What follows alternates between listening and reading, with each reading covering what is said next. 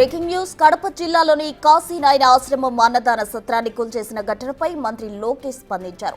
Tiger zone నిబంధనలకు విరుద్ధంగా నిర్మించారని అటవీ శాఖ అధికారులు సత్రాన్ని కూల్చేశారు. భక్తుల మనోభావాలు గౌరవించి ఆశ్రమం అన్నదాన సత్రాన్ని కూల్చకుండా ఉండాల్సిందని లోకేష్ అభిప్రాయపడ్డారు. ప్రభుత్వం తరఫున తాను క్షమాపణ చెప్పారు. కూల్చివేతకు పాల్పడిన అధికారులపై చర్యలు తీసుకుంటామని స్పష్టం చేశారు.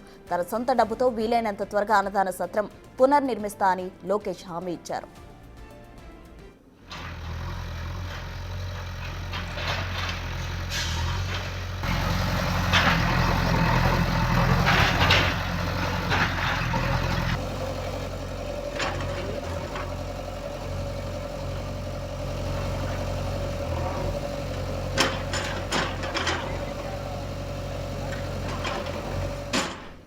కడప జిల్లాలోని కాశీనాయన ఆశ్రమం అన్నదాన సత్రం కూల్చేసిన ఘటనపై మంత్రి లోకేష్ స్పందించారు.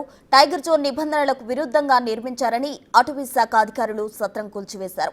భక్తుల మనోభావాలు గౌరవించి ఆశ్రమం అన్నదాన సత్రాన్ని కూల్చకుండా ఉండాల్సిందని లోకేష్ అభిప్రాయపడ్డారు. ప్రభుత్వం తరఫున తాను క్షమాపణ చెప్పారు. కూల్చివేతకు పాల్పడిన అధికారులపై చర్యలు తీసుకుంటామని స్పష్టం చేశారు. అటు తన సొంత డబ్బుతో వీలైనంత త్వరగా అన్నదాన సత్రం పునర్నిర్మిస్తా అని లోకేష్ హామీ ఇచ్చారు.